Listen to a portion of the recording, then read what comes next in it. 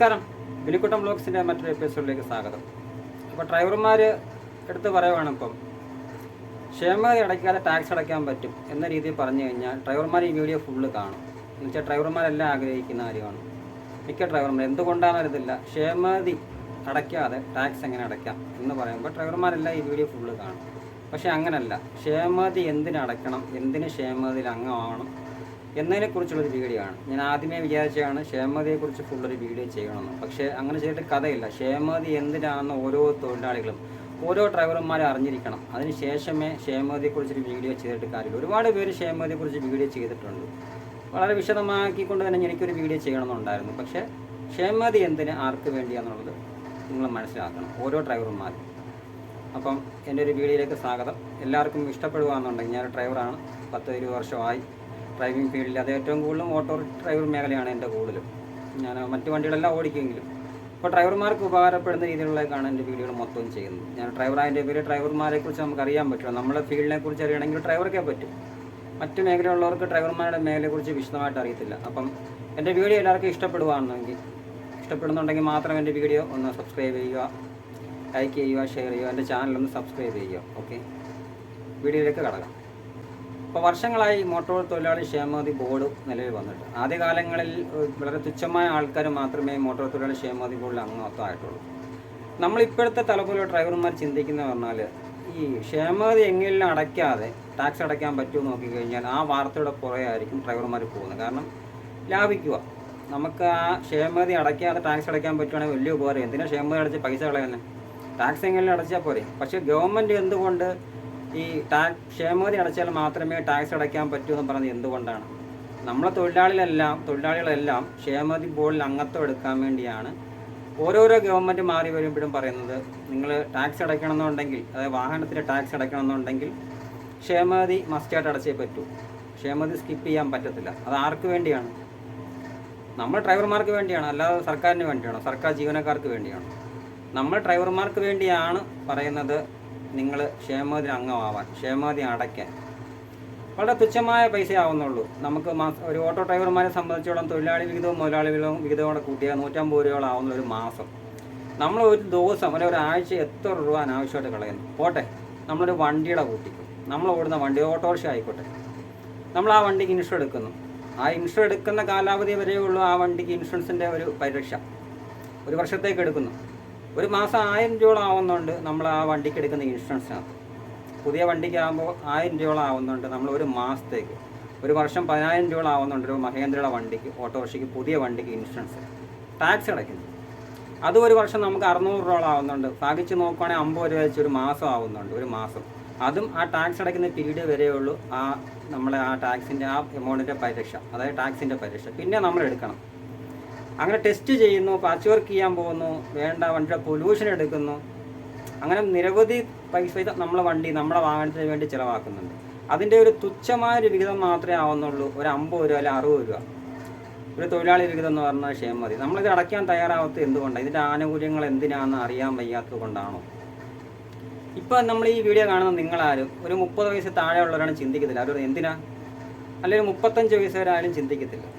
പിന്നെ മറ്റ് പെൻഷനും മറ്റു ആനുകൂല്യങ്ങളും ഉള്ളവർ, അതായത് ഇപ്പം നമ്മുടെ തൊഴിലാളി മേഖലയിൽ തന്നെ ആയാലും ഈ കേന്ദ്ര സർക്കാർ സ്ഥാപനങ്ങളിലും, അതായത് കേന്ദ്ര സർക്കാരിൻ്റെ ആയാലും സംസ്ഥാന സർക്കാരിൻ്റെ ആയാലും ജോലി കിട്ടി പെൻഷൻ പറ്റിയിട്ടുള്ള ആൾക്കാരുണ്ടല്ലോ, അവരെ സംബന്ധിച്ചോളം അവർക്കൊരു വിഷയമല്ല. കാരണം അവർക്ക് ഇതിൻ്റെ ആവശ്യമില്ല. പക്ഷേ നമ്മൾ ഈ തൊഴിലാളി മേഖലയായിട്ട് മാത്രം നിൽക്കുന്ന ഓട്ടോ ഡ്രൈവർ മേഖലയല്ല, ടാക്സി ഡ്രൈവർ മേഖലയിൽ ഡ്രൈവർമാരായിട്ട് ജോലി ചെയ്യുന്നവർക്ക് മോട്ടോർ തൊഴിലാളി ക്ഷേമനിധി കൂടി അംഗത്വം എടുക്കുക തന്നെ വേണം. അത് എന്തിനാന്ന് വെച്ച് കഴിഞ്ഞാൽ, നമ്മളിപ്പം ചിന്തിക്കുന്ന ഈ പ്രായം ഞാൻ പറഞ്ഞല്ലോ, നമ്മൾ നരച്ച് ഇപ്പോൾ ഇതുപോലെ നരയൊക്കെ വീണ് മീശയൊക്കെ നരച്ച് തലമുടിയൊക്കെ നരച്ച് കഴിയുമല്ലോ. നരച്ച് കഴിഞ്ഞ് ഒരു സമയത്തിരിക്കുമ്പോൾ ആലോചിക്കും, നമ്മൾ ഈ ഡ്രൈവിംഗ് ഫീൽഡ് വിടുന്നൊരു സമയമുണ്ടല്ലോ, നമുക്ക് ഓടിക്കാൻ പറ്റാതെ വരുന്നൊരു സമയമുണ്ടല്ലോ. ആ സമയത്തെ ചിലപ്പോൾ ചിന്തിക്കത്തുള്ളൂ ചില ആൾക്കാർ, നമ്മളെ മലയാളികൾ പ്രത്യേകിച്ചും. നമ്മൾ അപ്പോഴേ ചിന്തിക്കത്തുള്ളൂ, എന്തുകൊണ്ട് അന്ന് എനിക്ക് മോട്ടോർ തൊഴിലാളി ക്ഷേമനിധി ഇവിടെ അംഗത്വം എടുക്കാൻ പറ്റിയിട്ടില്ല. ഞാൻ തന്നെ ആയാലും മിക്ക ആൾക്കാരെ ഇതിനകത്ത് അംഗത്വം എടുക്കാൻ പ്രേരിപ്പിക്കുമെങ്കിലും ഞാൻ എടുക്കാറില്ലായിരുന്നു. ഞങ്ങളുടെ അവിടെ തന്നെ ക്യാമ്പയിനുകൾ, ഞങ്ങളുടെ ചാനലിൽ ഓട്ടോറിക്ഷക്കാരെല്ലാം സംയുക്തമായിട്ട് ക്ഷേമനിധി ബോർഡിൻ്റെ ക്യാമ്പയിൻ നടത്തിയതിന് ശേഷമാണ് ഞാൻ ഉൾപ്പെടെയുള്ള ആൾക്കാരും ഞാൻ നേതൃത്വം കൊടുത്തതാണ് ആ ക്യാമ്പയിൻ നടത്താൻ വേണ്ടി. എന്നിട്ടാണ് ഞാനും അതിനകത്ത് അംഗത്വം എടുക്കുന്നത്. കാരണം എൻ്റെ കൂടെയുള്ള തൊഴിലാളികൾ ഒരുപാട് പേര് ഇതിനകത്ത് വർഷങ്ങളായിട്ട് അംഗത്വം എടുത്ത് പൈസ അടച്ച് ആനുകൂല്യങ്ങൾ കൈപ്പറ്റി തുടങ്ങി. നമുക്കത് അറിയത്തില്ലായിരുന്നു. അവർ പറയും ഇവിടെ ഇത് എടുക്കണം എന്ന് പറഞ്ഞെങ്കിൽ നമ്മളത് എടുക്കാൻ മാറി നിൽക്കുക. പക്ഷേ അന്നത്തെ പ്രായം എന്ന് പറഞ്ഞാൽ 30 വയസ്സ് താഴെ ഉള്ളൂ. അന്ന് ചിന്തിക്കത്തില്ല എന്തിനാ വെറുതെ. നമ്മൾ നോക്കുന്നത് ശരിയാണ്, പേപ്പറിലൊരു വാർത്ത വരുവാണ്, ഇപ്പം ക്ഷേമനിധി അടയ്ക്കുക, ടാക്സ് അടയ്ക്കാന്നൊരു വാർത്ത പേപ്പറിൽ വന്നു കഴിഞ്ഞാൽ നമ്മൾ അതിൻ്റെ പുറകെ പോകും. എങ്ങനെയെങ്കിലും ആ ക്ഷേമനിധി അങ്ങ് ഒഴിവാക്കി കിട്ടുള്ളൂ, ടാക്സ് അടച്ചാൽ മതിയല്ലോ, വണ്ടി ടെസ്റ്റ് ചെയ്യാൻ പറ്റില്ലോ, വണ്ടി ഓടാൻ പറ്റില്ലോ എന്ന രീതിയിലേക്ക് നമ്മൾ ചിന്തിക്കത്തുള്ളൂ. അപ്പം ഒരിക്കലും അങ്ങനെ ചെയ്യരുത്. നമ്മളൊരു സമയം വാർത്തയ്ക്കാകുമ്പോൾ നമ്മളിപ്പോൾ കാണുന്ന ഈ ചാട്ടമോ തിളപ്പോ ഒന്നും കാണത്തില്ല. വയസ്സാകാലത്ത് പ്രായമായി ഷുഗർ, പ്രഷർ, കൊളസ്ട്രോൾ, അല്ലെങ്കിൽ നമ്മൾ ഈ വണ്ടി ഓടുന്നു, നടുവിന് വേദന, അങ്ങനെയുള്ള വിഷയങ്ങൾ, മുട്ടിന് വേദന, കാഴ്ചക്കുറവ്, അങ്ങനെയൊക്കെ വരുമ്പോൾ നമ്മൾ ഈ ഫീൽഡ് വീട്ടിയിരിക്കും. അന്നേരം എന്തോ ഉണ്ട്, വണ്ടിയിൽ നിന്ന് നമ്മൾ എന്ന് മാറുന്നോ അതോടെ നമ്മുടെ സാമ്പത്തികം ഇവിടെ നിലയ്ക്കുക ചെയ്യുന്നത്. ശരിയല്ലേ?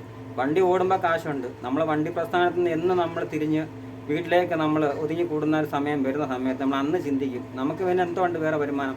ഒരു വരുമാനവും ഇല്ല. എന്ത് വരുമാനം? നിങ്ങൾ ക്ഷേമനിധി എടുത്തായിരുന്നു അന്ന്? ഇല്ല. നിങ്ങളുടെ അന്ന് ക്ഷേമനിധി എടുക്കാൻ പറഞ്ഞപ്പോൾ നിങ്ങൾ ആരും എടുത്തില്ലല്ലോ. സർക്കാർ തലത്തിൽ ഒരുപാട് ക്യാമ്പയിനുകൾ നടത്തുന്നുണ്ട്, ഒരുപാട് പരസ്യങ്ങളെല്ലാം വരുന്നുണ്ട്. ക്ഷേമനിധി ബോർഡിൻ്റെ തന്നെ ഒരുപാട് സോഷ്യൽ മീഡിയ പ്ലാറ്റ്ഫോമുകളെല്ലാം വന്നിട്ടുണ്ട് ക്ഷേമനിധിയെക്കുറിച്ച്. എന്നിട്ടും നമ്മൾ ആരും എടുക്കാൻ തയ്യാറായില്ല. അപ്പോൾ നിർബന്ധമായും നമ്മൾ മോട്ടോർ തൊഴിലാളി ക്ഷേമനിധി ബോർഡിൽ അംഗത്വം എടുക്കുക എന്ന് പറഞ്ഞു കഴിഞ്ഞാൽ ഒരു 7.5 വർഷം നമ്മൾ ക്ഷേമനിധി അംഗത്വമായി ഫണ്ട് അടച്ചു കഴിഞ്ഞാൽ നമുക്ക് പെൻഷൻ 60 വയസ്സ് കഴിയുമ്പോൾ പെൻഷനും മറ്റു ആനുകൂല്യങ്ങളും എല്ലാ സമയത്ത് കിട്ടും. പക്ഷേ നമ്മൾ ഇപ്പോൾ അംഗത്വം എടുത്ത് 1 വർഷം കഴിയുമ്പോൾ തൊട്ട് ആനുകൂല്യം നമുക്ക് കൈപ്പറ്റി തുടങ്ങാം. നമ്മുടെ കുഞ്ഞുങ്ങൾക്ക് വേണ്ട സ്കോളർഷിപ്പ്, പഠനോപകരണ വിതരണം വർഷാവർഷം നടത്തുന്ന കാര്യങ്ങളാണ്. പഠനോപകരണം നടത്തുന്നുണ്ട്. നമ്മുടെ തൊഴിലാളികളുടെ മക്കളുടെ വിവാഹത്തിന് വേണ്ടിയുള്ള ധനസഹായം കിട്ടുന്നുണ്ട്. ഹോസ്പിറ്റൽ ചിലവിന് കിട്ടുന്നുണ്ട്. വണ്ടിയിലെടുക്കാൻ വേണ്ടി ലോണും മറ്റു കാര്യങ്ങളും കിട്ടുന്നുണ്ട്. പ്രസവത്തിന് വേണ്ടിയുള്ള പൈസ കിട്ടുന്നുണ്ട്. എന്തെല്ലാം ആനുകൂല്യം കിട്ടുന്നുണ്ട്. ലാപ്ടോപ്പ് വിതരണം, അങ്ങനെ ഒരുപാട് രീതിയിലുള്ള ബെനിഫിറ്റ് കിട്ടുന്നു. അതുകൂടാതെ നമുക്ക് 60 വയസ്സ് കഴിഞ്ഞാൽ പെൻഷൻ കിട്ടും. നമ്മൾ അടച്ച പൈസയുടെ ഇത്ര ശതമാനത്തോളം കൃത്യമായിട്ട് അറിയത്തില്ല, അത് മറ്റൊരു വീഡിയോ ഞാൻ അതിനെക്കുറിച്ച് പഠിച്ചതിന് ശേഷം ചെയ്യാം. നമ്മൾ അടച്ചതിൻ്റെ പൈസ എനിക്ക് 80% പുറത്തോളം പൈസ നമുക്ക് തിരിച്ച് കിട്ടുന്നുണ്ട്. അപ്പോൾ ക്ഷേമനിധി അടയ്ക്കുന്ന പൈസ നമുക്ക് തിരിച്ച് കിട്ടുന്നുണ്ടല്ലോ. എന്നിട്ട് പിന്നെ എന്തുകൊണ്ടായി ആൾക്കാർ സ്കിപ്പ് ചെയ്തിട്ട് എങ്ങനെയെങ്കിലും ക്ഷേമനിധി ഒഴിവാക്കിക്കൊണ്ട് ടാക്സ് അടയ്ക്കാൻ നിൽക്കുന്നത് എന്തിനാ? അത് മിക്ക തൊഴിലാളികളും അങ്ങനെ ചെയ്യാറില്ല. ഏതെങ്കിലും വണ്ടി കൂലിക്ക് ഓടുന്നവരായിരിക്കും, മറ്റുള്ളവരുടെ വണ്ടി കൂലിക്ക് ഓടുന്ന ആ മുതലാളിമാരായിരിക്കും ഇത് ചെയ്യുന്നത്. പക്ഷെ മുതലാളി വിഹിതവും നമ്മൾ ഞാൻ തടയ്ക്കണം, തൊഴിലാളി വിഹിതവും നമ്മൾ ഞാൻ തടയ്ക്കണം. അപ്പം നിർബന്ധമായിട്ടും എല്ലാവരും മോട്ടോർ തൊഴിലാളി ക്ഷേമനിധി ബോർഡിൽ അംഗത്വം എടുക്കണം. അപ്പോൾ ഇതിനെക്കുറിച്ചുള്ള മറ്റൊരു വിശദമായൊരു വീഡിയോ ഞാൻ ചെയ്യുന്നതായിരിക്കും.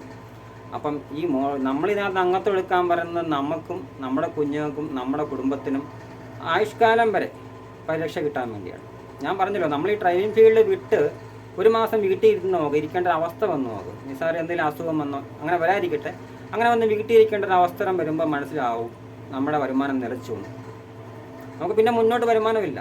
ഒരു 60-65 വയസ്സ് കഴിഞ്ഞ് കാഴ്ചയൊക്കെ മങ്ങി, നടുവിന് വേദന, നട്ടല് വേദന, കാൽമുട്ട് വേദന, പിന്നെ വണ്ടി ഓടിക്കാൻ പറ്റത്തില്ല. നമ്മൾ വീട്ടിൽ ഇരിക്കുകയാണ്. നമുക്ക് അപ്പോൾ കിട്ടുന്ന എന്തോ നിങ്ങൾ പ്രതീക്ഷിക്കുന്ന വാർദ്ധക്യകാല പെൻഷൻ കിട്ടും എന്നുള്ള പ്രതീക്ഷ അറിയും. പക്ഷേ വാർദ്ധക്യകാല പെൻഷൻ പോലാണോ നമ്മുടെ മോട്ടോർ തൊഴിലാളി ക്ഷേമനിധി ബോർഡിൽ നിന്ന് കിട്ടുന്ന പെൻഷൻ? ഒരുപാട് ആനുകൂല്യങ്ങളില്ലേ. വാർദ്ധക്യകാല പെൻഷൻ എന്ന് പറഞ്ഞാൽ പെൻഷൻ തുക മാത്രമേ ഉള്ളൂ. പിന്നെ ഉള്ളതെന്ന് പറഞ്ഞാൽ ഹെൽത്തിൻ്റെ ഒക്കെ കിട്ടുമെന്ന് പറഞ്ഞാൽ അതൊക്കെ വേറെ മേഖലയിൽ നമ്മൾ രജിസ്റ്റർ ചെയ്ത് അതിനകത്ത് നിന്ന് കിട്ടിയെന്ന് പറയാം. പക്ഷേ മോട്ടോർ തൊഴിലാളി ക്ഷേമനിധി ബോർഡിൽ അംഗത്വമായി കഴിഞ്ഞാൽ നമ്മുടെ ജീവിതം സുരക്ഷിതമാക്കാൻ പറ്റും. നമ്മുടെ ജീവിതം സുരക്ഷിതമാക്കാൻ, നമ്മുടെ കുടുംബത്തിൻ്റെ ജീവിതം സുരക്ഷിതമാക്കാം. അതുകൊണ്ട് നിർബന്ധമായും നമ്മൾ എല്ലാ തൊഴിലാളികളും മോട്ടോർ തൊഴിലാളി ക്ഷേമനിധി ബോർഡിൽ അംഗത്വം എടുക്കുക. ഇത് ഇപ്പം ഈ അംഗത്വം എടുത്ത ആൾക്കാർക്ക് പറഞ്ഞാൽ മനസ്സിലാവും. ഞാനിപ്പോൾ അംഗത്വം എടുത്ത സമയത്ത് തന്നെ കോവിഡ് സമയത്ത് തന്നെ 10,000 രൂപയ്ക്ക് കിട്ടി. ഞാൻ ആകെ ക്ഷേമനിധി അംഗത്വം എടുത്തിട്ട് അടച്ചത് 700-800 അടച്ചിട്ടുള്ളത് ആ സമയത്ത്. പക്ഷേ എനിക്ക് 13,000 രൂപ ഈ കോവിഡ് സമയത്ത് കിട്ടിയായിരുന്നു. പിന്നെ എൻ്റെ കുട്ടികൾക്കൊക്കെ പഠനോപകരണം, ലാപ്ടോപ്പ് കിട്ടിയിട്ടുണ്ട്. എൻ്റെ സ്റ്റാൻഡ് ഓടുന്ന സഹപ്രവർത്തകർക്ക് വിവാഹത്തിന് ധനസഹായം കിട്ടിയിട്ടുണ്ട്.